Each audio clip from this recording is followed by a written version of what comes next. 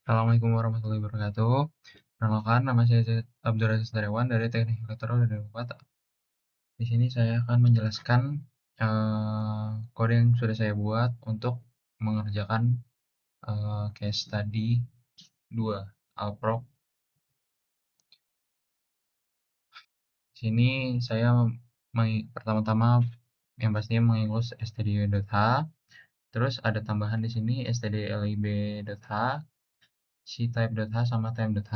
Nah, di sini yang pertama saya membuat variabel global dulu dan fungsi global untuk memanggil yang nantinya akan memudahkan kita untuk memanggil fungsi.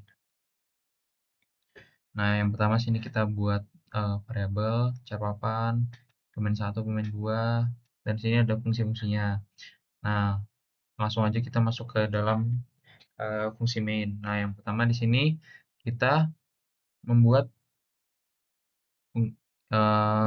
variabel di dalam fungsi main ini, yang itu yang pertama ada pemenang, yang kedua ada respon atau eh, ini player 1 player 2. Nah, player 1 player 2 ini dia yang pertama itu bakal nge-reset papan. Nah, masuk ke fungsi reset papan. Nah, fungsi reset papan ini itu isinya jadi kayak kita nge-reset papan dulu dari nol semua nih. Jadi nggak ada yang tiba-tiba ke input gitu dari kotak-kotaknya atau yang ada yang udah diisi. Nah, selanjutnya di sini kita pakai while loop untuk mengulang sampai suatu ketika satu pemain itu menang gitu ya. Jadi yang pertama itu player satu ya. Player satu itu atau pemenang di sini itu harus sama dengan nol.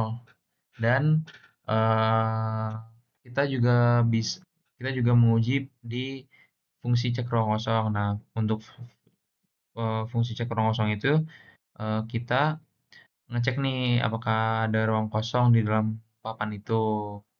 Kalau misalkan udah kita input, nanti ruang kosongnya bakal berkurang gitu.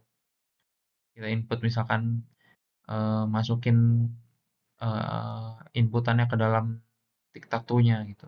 Terus selanjutnya kita nge-print papan nih biar kelihatan pas di run papannya itu kelihatan apakah masih kosong atau udah di input. Nah, terus kita masuk ke fungsi pemain satu jalan. Nah, di pemain satu jalan ini kita mendefinisikan variabel. Terus di sini kita ngeprint sama nge-input row dan kolom mana yang bakal diisi. Misalkan satu-satu, berarti nanti masuknya di pojok kiri atas gitu. Terus scan F. Nah, nanti kalau udah variabel X-nya bakal berkurang atau barisnya itu bakal berkurang dan nggak bisa diisi lagi gitu. Terus eh, dia kalau misalkan nge-input row atau kolom yang udah nggak kosong, ini kan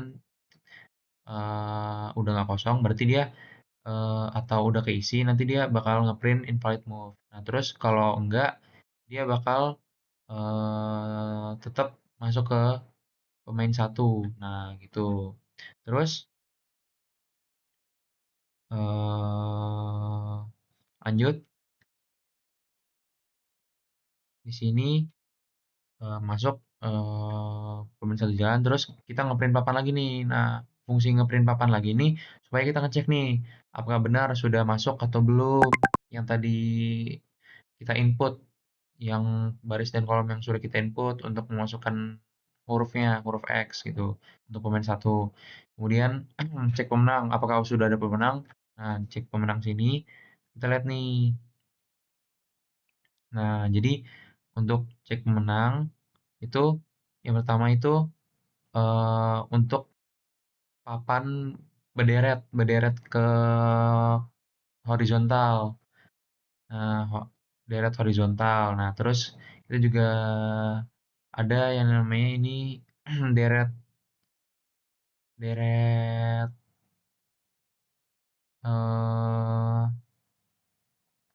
deret vertikal ya, deret vertikal, dan yang ini adalah deret diagonal buat ngecek apakah sudah terisi sudah terisi full, jika sudah terisi full atau misalkan di diagonal tersebut sudah ada X atau nol yang sama, tiga-tiganya, nah itu bisa dikatakan menang gitu.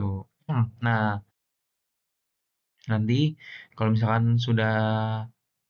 eh, sudah ada pemenangnya, nah terus nanti if menangnya masih kosong, sudah nggak ada, nanti kita cek ruang kosong lagi, terus nge-break, biar nanti pemain 2 ini bisa masuk. Nah, pemain 2 itu sama kayak pemain satu. Nah, terus ini sama aja, ngulang lagi, cuman buat pemain 2. Terus nanti kalau misalkan ruang kosongnya udah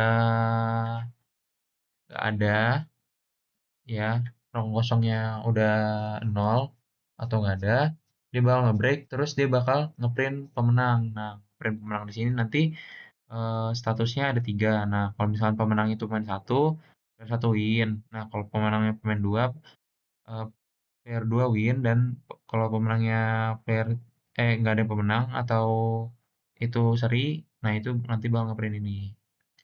Sekian, terima kasih.